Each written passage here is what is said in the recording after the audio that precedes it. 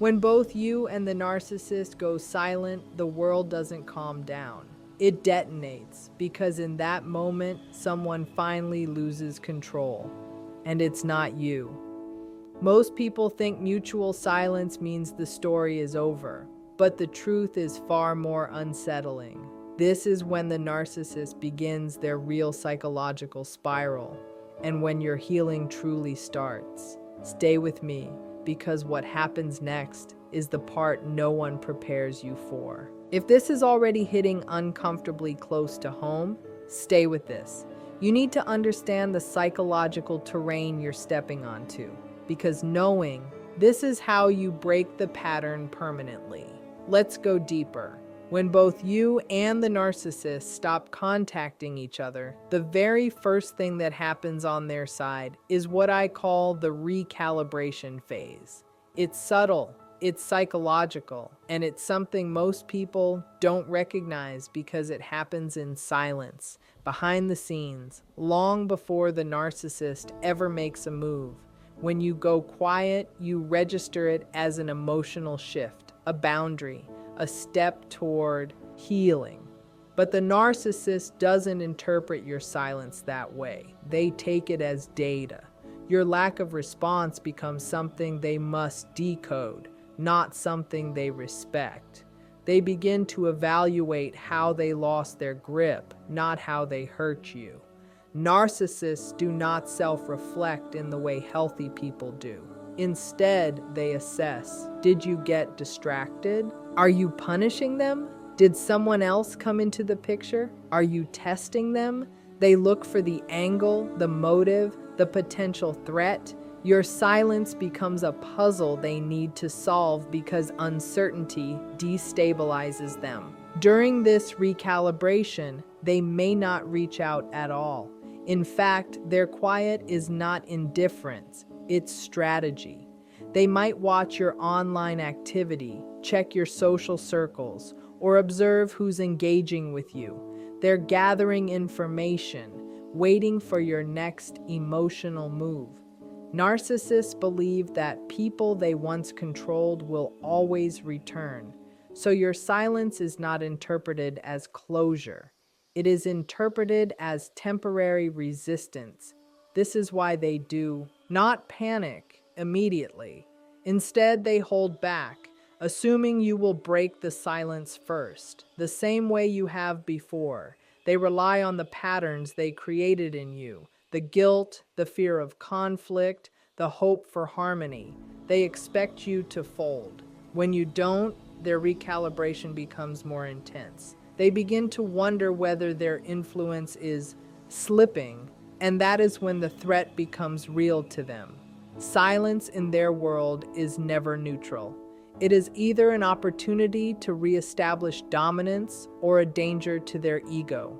And the longer you stay quiet, the more they feel the ground shift beneath them because your silence disrupts the power dynamic they depended on. When both sides fall into silence, the emotional experience is dramatically different for you than it is for the narcissist. And this contrast reveals an uncomfortable truth. You feel the loss, but they feel the inconvenience. When you stop contacting, you're often carrying the full weight of what happened. You're sorting through the emotional wreckage, the broken trust, the unanswered questions, and the psychological exhaustion. You may feel sadness, withdrawal, confusion, or even guilt. You're grieving not just the relationship, but the version of yourself that tolerated so much. Your silence comes from emotional saturation. You've reached a point where your mind and body cannot handle more chaos. You're trying to reclaim space, dignity, and clarity. That internal struggle is heavy, and it affects your sleep, your self-esteem, your memories, and your sense of identity. Meanwhile, the narcissist doesn't interpret the silence through emotional depth.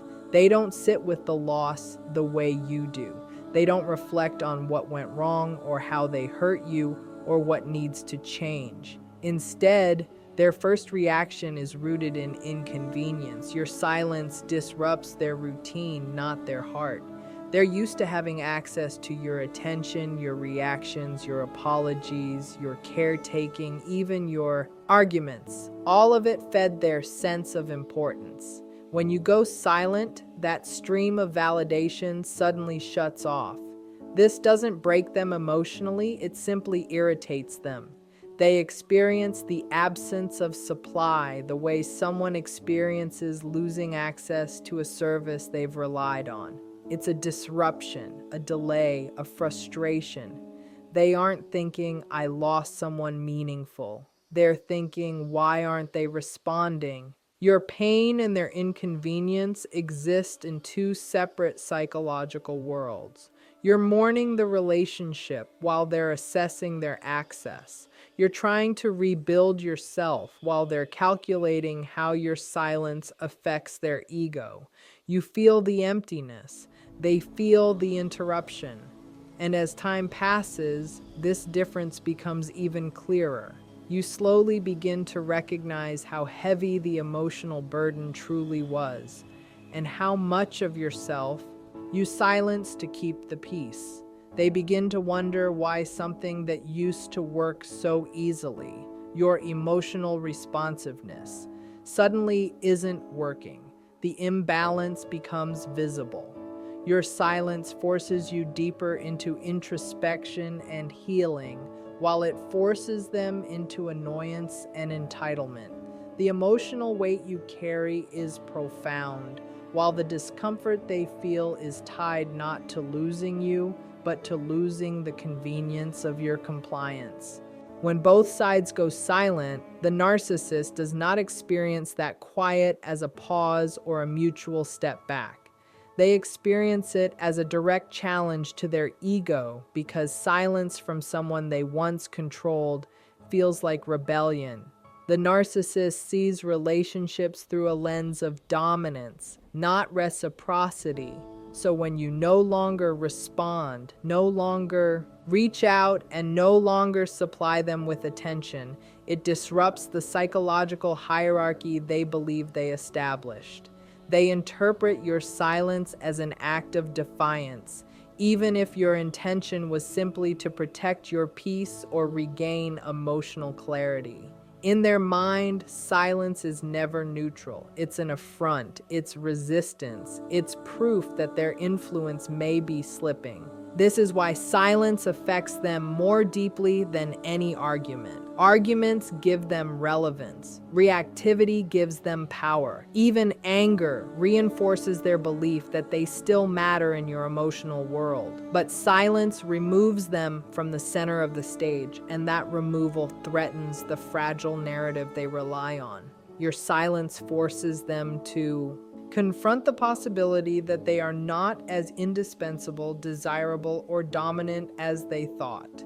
Narcissists cannot tolerate ambiguity, and your lack of communication creates exactly that, a space they cannot control or decode. Instead of seeing your silence as a healthy boundary, they see it as a provocation. This is when their internal dialogue becomes distorted. They may tell themselves you're being disrespectful, ungrateful, or manipulative. They may interpret your distance as a game, assuming you're trying to trigger a reaction from them. Their ego leads them to believe that your silence is a tactic, not a sign of exhaustion or self-protection. Some narcissists will mentally shift to a competitive stance, seeing the silence as a battle of wills they must win. Others will frame it as betrayal, convincing themselves you abandoned them, even though they may have mistreated you for months or years. They rewrite the meaning of your silence to protect their self-image, not to understand your experience. As this psychological tension builds, the narcissist's sense of control begins to waver. Your silence becomes a mirror, reflecting their own insecurity. And rather than sitting with that discomfort, they begin creating narratives that restore their superiority. They may assume you'll eventually give in because you always have, or they may start plotting ways to punish you emotionally for not behaving according to their script.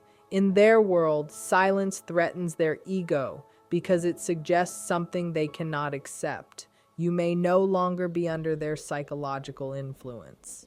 When both sides stop contacting each other, something very different happens internally for the narcissist than for you. For you, the silence may feel like space to breathe, space to process, space to finally understand what you survived. But for the narcissist, your absence creates a kind of psychological vacuum that forces them to confront something they spend their entire lives avoiding: the loss of control. They don't think in terms of mutual distance or mutual boundaries. Instead, they interpret your disengagement as a fracture in the system they built to sustain their identity. Narcissists do not operate from an internal sense of worth. Their self-esteem is externally constructed, held together by the reactions, attention, and validation of the people in their orbit. You were part of that system. Your emotions, your responses, your pattern of returning after conflict, all of that reinforce their sense of superiority and influence. When you go silent, you interrupt that cycle, and that interruption forces them into a moment of psychological exposure. It confronts them with their dependence on your engagement, something they don't want to acknowledge even to themselves. They built a narrative where they were the dominant one, the one in control, the one calling the shots. Your silence challenges that story. It signals that you may have stepped out of the role they assigned you, and this destabilizes their carefully managed identity. Without your reactions, they have nothing to push against, nothing to manipulate, nothing to use as evidence of their power. This absence becomes a threat, not because they care about the relationship in a meaningful or emotionally mature way, but because it disrupts the foundation of control that allowed them to feel significant. This is the moment when their internal state becomes restless. They may begin replaying past conversations, searching for signs they missed. They may wonder if someone else has taken their place. They may start scanning for ways to reassert dominance, even if they still haven't contacted you. The silence becomes louder for them than it does for you, because they don't know what's happening on your side. That lack of visibility robs them of the illusion that they can predict your behavior. They are suddenly outside of your world, not at the center of it. And that loss of centrality is psychologically intolerable for them. Their mind shifts from arrogance to anxiety, from entitlement to suspicion, from certainty to instability. And all of it is triggered by something as simple as your absence. When both you and the narcissist retreat into silence, it may seem from the outside like nothing is happening. But internally, the narcissist begins moving through a predictable series of compensatory behaviors designed to restore their sense of control. One of the most common reactions is their attempt to fill the void your absence created through hoovering, baiting, or triangulation. These tactics aren't random. They're psychological tools the narcissist uses when they feel their influence slipping. Hoovering happens when they realize your silence isn't temporary. At first, they assume you'll return because that's what they've conditioned you to do. When you don't, the panic starts. Hoovering is their attempt to pull you back into the cycle, not because they value you emotionally, but because losing you threatens their ego's stability. They may send a soft message, a nostalgic memory, or a crisis-centered plea. They may appear remorseful, reflective, or unusually attentive. They adjust their tone to whatever they think will work because the goal isn't reconnection, it's reinstating control. If hoovering fails or feels too vulnerable for them, they shift to baiting. Baiting is designed to provoke an emotional reaction from you, whether positive or negative. Narcissists don't care which direction your emotions go. They care about being the cause. They might post something online aimed at triggering jealousy, send a sharp or dismissive message to get you angry, or create unnecessary drama that forces you to respond. Any reaction, even a negative one, restores their sense of relevance. Silence strips them of power, so baiting becomes their way of poking the wound they created, hoping you'll bleed just enough to remind them you're still accessible.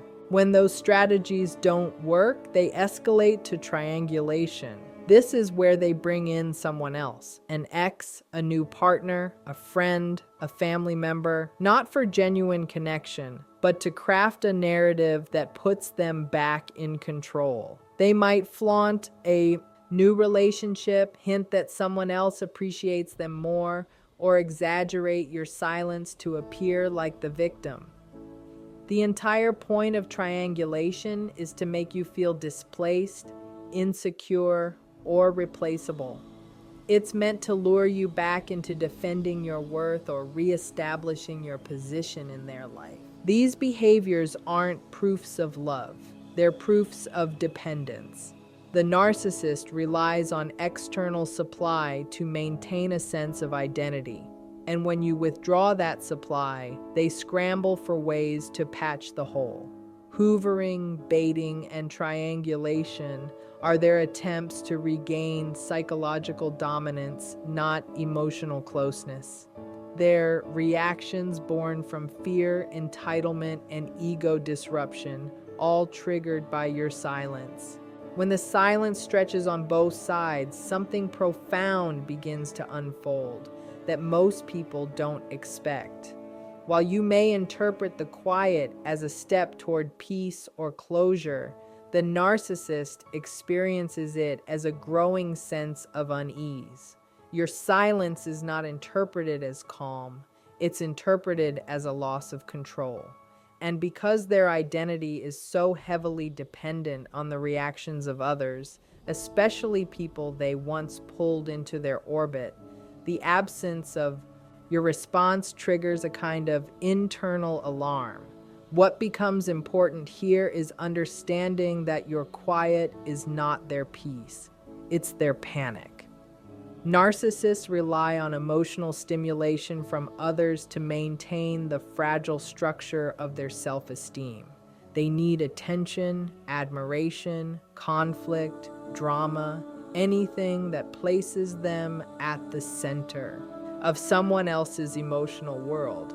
When you stop supplying that energy, they feel an internal collapse beginning. They don't know how to regulate themselves without external feedback, and your silence deprives them of that feedback. This creates a psychological chain reaction. At first, they may try to dismiss your silence, pretending it doesn't matter.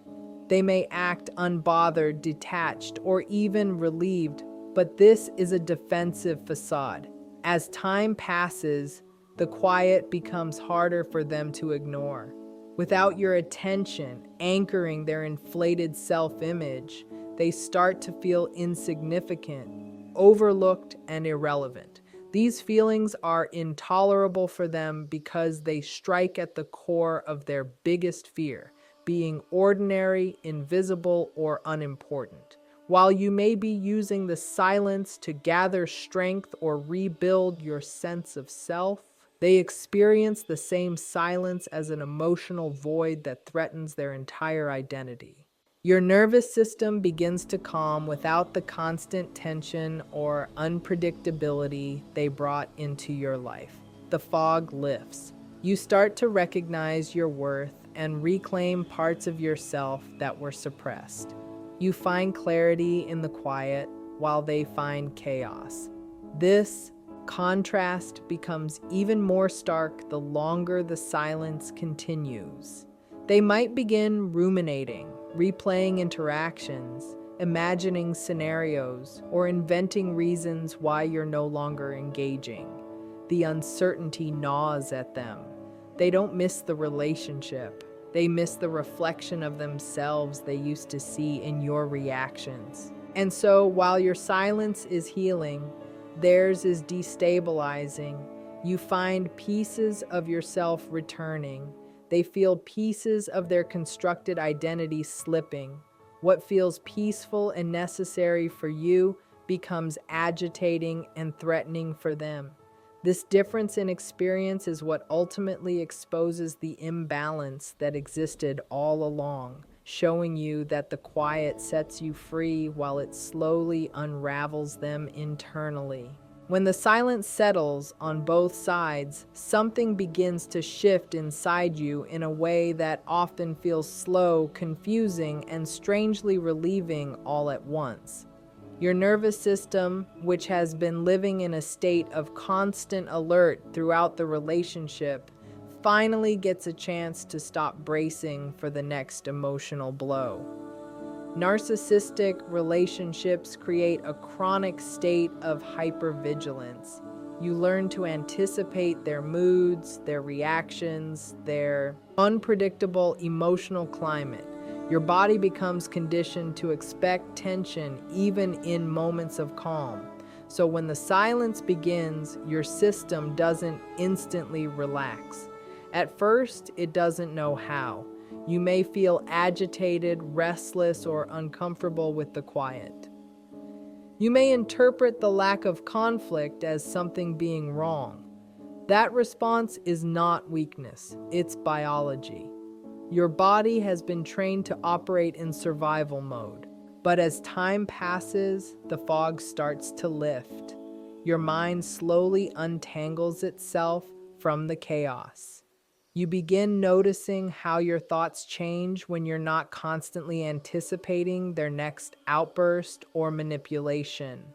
Your sleep improves. You start feeling moments of stillness that you haven't felt in years. This is your nervous system recalibrating. It's recognizing that the danger has subsided. This is the beginning of real healing, the kind that doesn't require permission, apology, or closure from them. This is the moment when you start reclaiming emotional bandwidth that was once entirely consumed by their needs, demands, and crises. You rediscover your capacity to think clearly, to feel your own emotions without someone else manipulating or invalidating them, and to make decisions based on your own values instead of walking on eggshells.